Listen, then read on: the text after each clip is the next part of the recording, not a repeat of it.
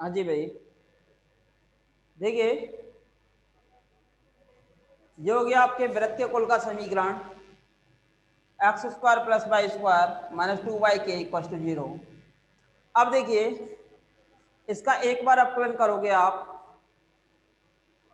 x के सापेक्ष। तो देखिए भाई अवकलन कीजिए x के सापेक्ष, लिख लिया होगा आपने अभी तक।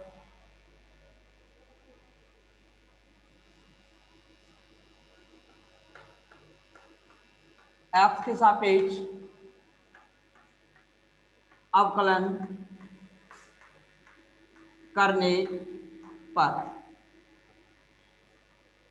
एक्स स्क्वायर का होगा 2x,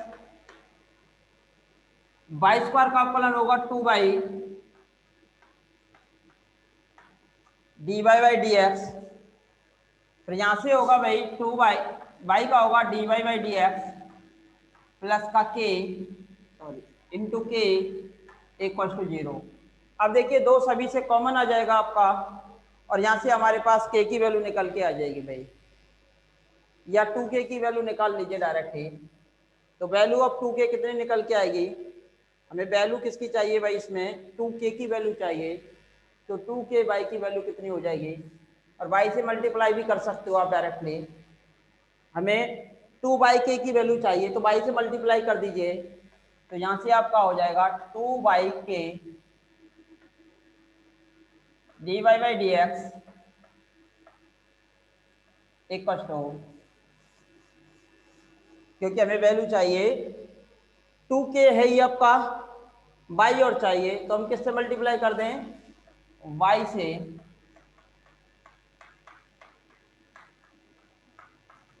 कीजिए भाई, ये हो जाएगा 2xy, तो ये तो हो जाएगा आपका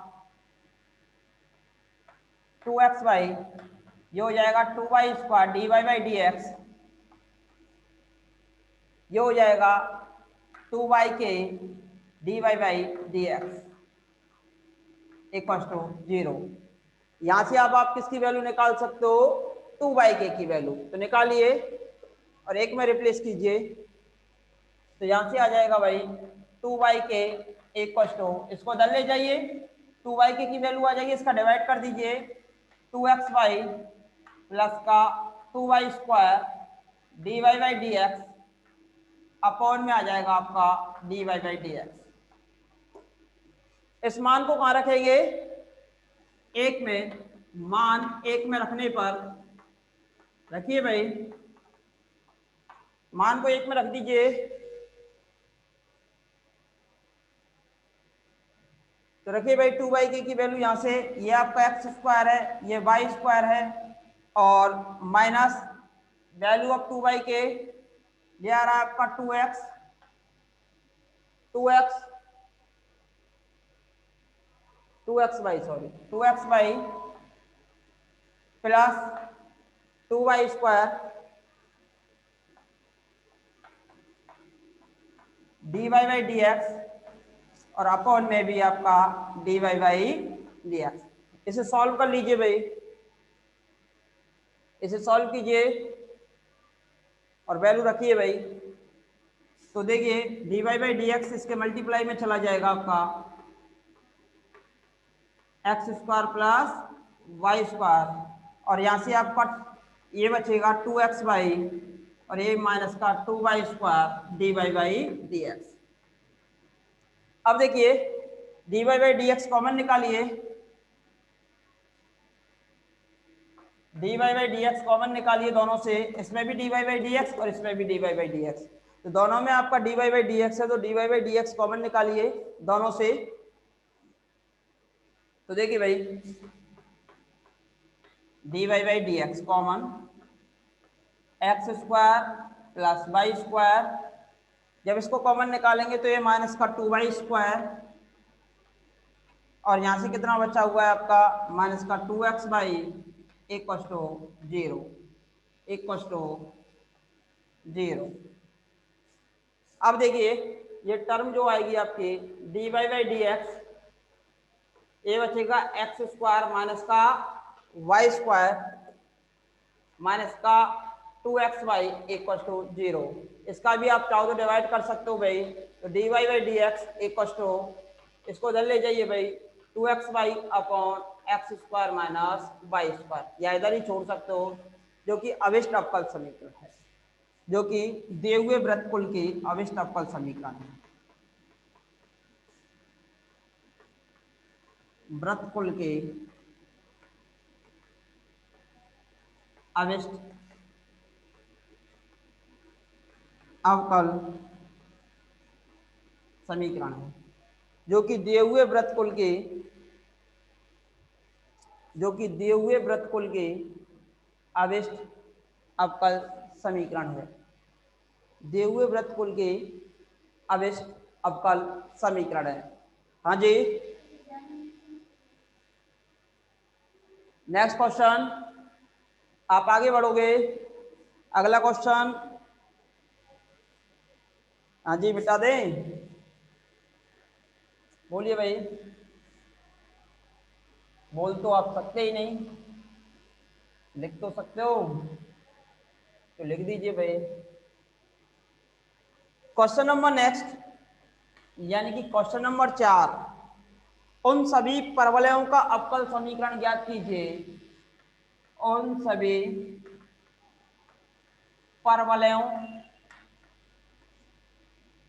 का अवकल समीकरण ज्ञात कीजिए, अवकल समीकरण ज्ञात कीजिए जिनका अक्ष एक्स अक्ष हो। शर्त क्या दी हुई है भाई, जिनका अक्ष एक्स अक्ष हो, जिनकी जो अक्ष है वो कौन सी अक्ष होनी चाहिए भाई, एक्स अक्ष होनी चाहिए, जिनका अक्ष एक्स अक्ष हो। तो देखिए भाई, देखिए भाई, एक्स अक्ष पे कहीं भी हो सकता है भाई परवल है, अब उसने कोई गारंटी नहीं दी कि आपका ऑरिजिन से पासिंग होगा। अब एक्स अक्ष है तो सपोज कीजिए परवल है यहाँ से पासिंग होगा, अब यहाँ से यहाँ तक एच डिस्टेंस मान के चलिए, तो y square equal to 4x होता है भाई आपका, तो ये आएगा y square equal to 4ax minus h. अब ये x जो है वो कितनी डिस्टेंस पे है, s डिस्टेंस पे है, तो y square equal to 4ax minus h. तो आप क्या लिखोगे सॉल्यूशन,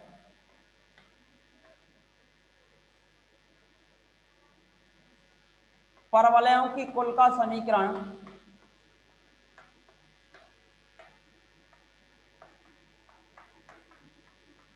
समीकरण होगा जबकि अक्ष एक्स अक्ष हो, तो क्या होगा भाई, y square equal to 4ax minus h. यहां पर कितने कांस्टेंट है भाई, दो, h और a, तो कितनी बार अवकलन करना पड़ेगा इसका, दो बार, और दो बार अवकलन करने के बाद h और a का क्या करना पड़ेगा भाई, विलोपन। h और a का जैसे ही विलोपन हो जाएगा तो आपको क्या प्राप्त हो जाएगी भाई, अभिष्ट अवकल समीकरण। तो क्या करोगे, differential with respect to x, short में लिख रहे हैं भाई, एक्स के सापेक्ष अवकलन करने पर ये होगा 2y dy by d x, 4a, x का हो जाएगा 1, h का हो जाएगा 0, समीकरण नंबर 2। पुनः एक बार और अवकलन कर दीजिए भाई, पुनः differential with respect to x, यानी कि पुनः x से सापेक्ष एक बार और अवकलन कीजिए भाई, 2y का हो जाएगा आपका dy by d x, second dy by d x constant, plus अब 2y constant, dy by d x का हो जाएगा आपका d2y by d x square, 4a, 4a का हो जाएगा आपका 0, दो कॉमन निकाल दीजिए भाई, तो दो कॉमन निकालोगे तो यहां से क्या टर्म बचेगी आपकी y d2y by d x square, plus यहां से dy बाई डी एक्स का whole square equal to 0। Equal to 0, जो कि दिए हुए अवकल समीकरण का जो कि दिए हुए व्यापक हल का अविष्ट अवकल समीकरण है, जो कि अविष्ट अवकल समीकरण, जो कि दिए हुए व्यापक हल का डायग्राम बना लेना, जो कि अविष्ट अवकल समीकरण है, जो कि अविष्ट अवकल समीकरण है। तो आप लिख सकते हो भाई इस प्रकार,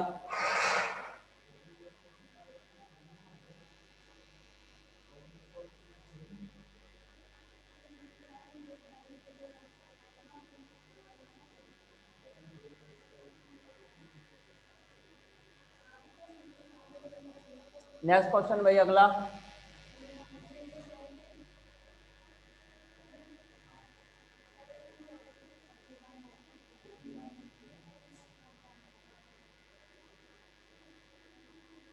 अगला क्वेश्चन,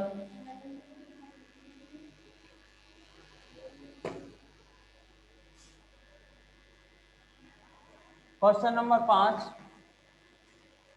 वह सरल रेखा ज्ञात कीजिए भाई। अब सरल रेखा पूछ रहे हैं आपसे, वह सरल रेखा ज्ञात कीजिए जो अवकल समीकरण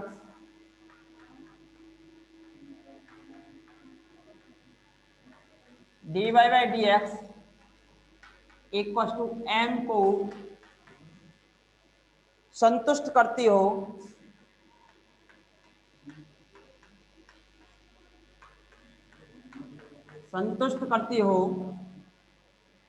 तथा y अक्ष पर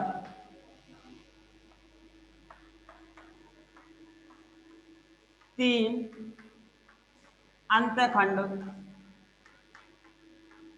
काटती है, तथा y अक्ष पर तीन अंतःखंड काटती है।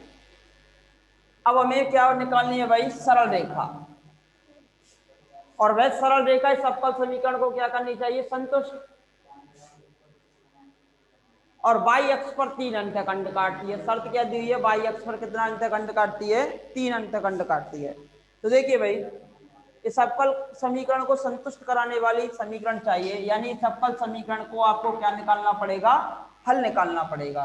तो देखिए भाई, सॉल्व करोगे आप, दी हुई अवकल समीकरण है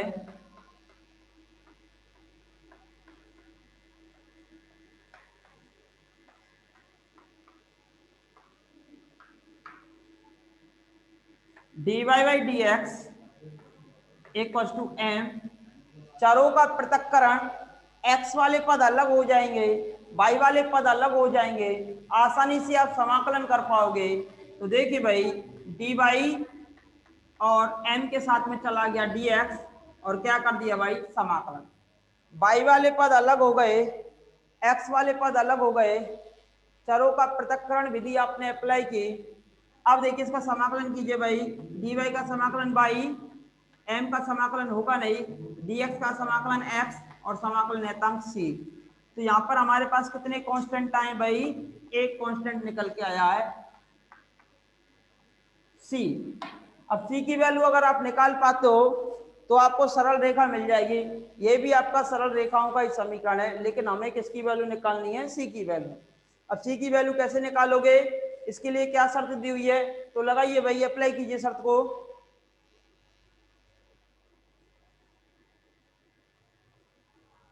करो भाई अप्लाई। हाँ भाई सीराओ, सीराओ करो अप्लाई शर्त। शर्त क्या दी हुई है भाई आपके लिए, y अक्ष पर कितना अंतखंड, तीन अंतखंड, कहीं भी रेखा गुजर रही हो हमें इससे कोई मतलब नहीं, लेकिन उसने कहा है कि y पे तीन काटेगी।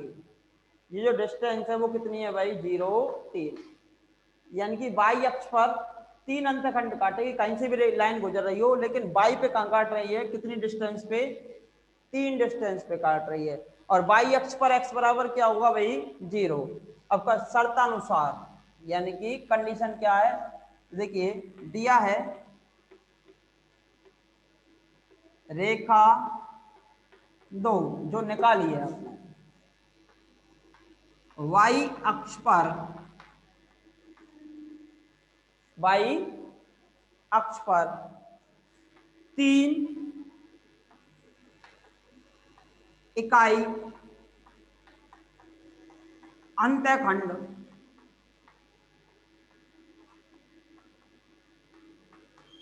काटती है। अर्थात जब 3 अंतःखंड काटती है तो इसका मतलब क्या हुआ, इसका मतलब हुआ y अक्ष पर, अर्थात y अक्ष पर x बराबर 0 एवं y बराबर 3। y अक्ष पर x का मान तो 0 होता ही है भाई, और y की वैल्यू कितनी ले रहे हो आप, 3। तो मान कहाँ रखेंगे भाई, मान 2 में रखिए और c की वैल्यू निकालिए। भाई मान 2 में रखिए,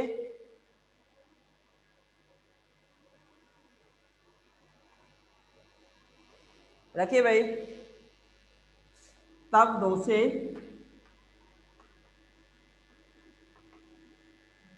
ये आपका 3 है, ये आपका 0, ये आपका c, तो c बराबर आ गया आपका कितना निकल के 3।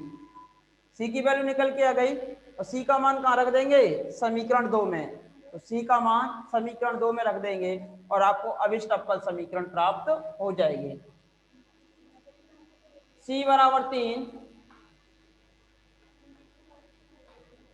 समीकरण 2 में रखने पर y equal to mx plus 3 अभिष्ट सरल रेखा है, जो कि अभिष्ट यानी रिक्वायर्ड सरल रेखा है, जो कि अभिष्ट सरल रेखा यानी रिक्वायर्ड, जो कि आपको सरल रेखा चाहिए थी वह सरल रेखा है। अब देखिए इस एक्सरसाइज का आपका एक क्वेश्चन बचा हुआ, क्वेश्चन नंबर 6, लिखिए भाई जल्दी। तो इस एक्सरसाइज का क्वेश्चन नंबर 6 बचा हुआ है, लास्ट और आखिरी क्वेश्चन है आपका क्वेश्चन नंबर 6। इस एक्सरसाइज का आपका लास्ट क्वेश्चन है क्वेश्चन नंबर 6। तो देखेंगे भाई आपके पास सभी के पास बुक होगी, तो बुक में क्या दिया हुआ है, प्रदर्शित कीजिए कि, बुक में क्या दिया हुआ है भाई, बुक में दिया हुआ है प्रदर्शित कीजिए कि y equal to ax plus b upon x निम्न अवकल समीकरण का हल है। y equal to ax plus b upon x निम्न अवकल समीकरण का हल है। तो आप कैसे बताओगे कि भाई इस अवकल समीकरण का हल है, कोई भी हल अवकल समीकरण का हल होगा कब, यदि वह अवकल समीकरण को क्या कर दे भाई, संतुष्ट कर दे। तो आप क्या करोगे, जो भी आपकी अवकल समीकरण दी हुई है उसकी LHS टर्म को लेके चलोगे और LHS टर्म में आप y का मान, dy बाई dx का मान और d2y ओवर dx स्क्वायर का मान रखोगे। y का मान, dy बाई dx का मान, d2y ओवर dx स्क्वायर का मान रखोगे और मान रखने पर अगर आपकी RHS 0 आ जाती है तो दिए हुए अवकल समीकरण संतुष्ट हो जाएगा। और जैसे ही दिया हुआ अवकल समीकरण संतुष्ट हो जाएगा तो आपका क्वेश्चन भी प्रूफ हो जाएगा, और आपका क्वेश्चन प्रूफ हो गया तो आपके नंबर भी क्या हो जाएंगे भाई, पक्के हो जाएंगे। तो देखिए भाई नेक्स्ट क्लास जो होगी कल, तो जब आपकी नेक्स्ट क्लास होगी तो नेक्स्ट क्लास के अंदर अब हम आपको पढ़ाएंगे अवकल समीकरणों के हल, अवकल समीकरणों के हल। तो अगली जो क्लास होगी उस अगली क्लास में अब हम आपको कराएंगे अवकल समीकरणों के हल प्राप्त करने की विधियां, अवकल समीकरणों के हल प्राप्त करने की विधियां। ठीक है भाई, कल हमारी आपकी क्लास होगी, कल मिलते हैं, तब तक के लिए सभी को धन्यवाद, नमस्कार।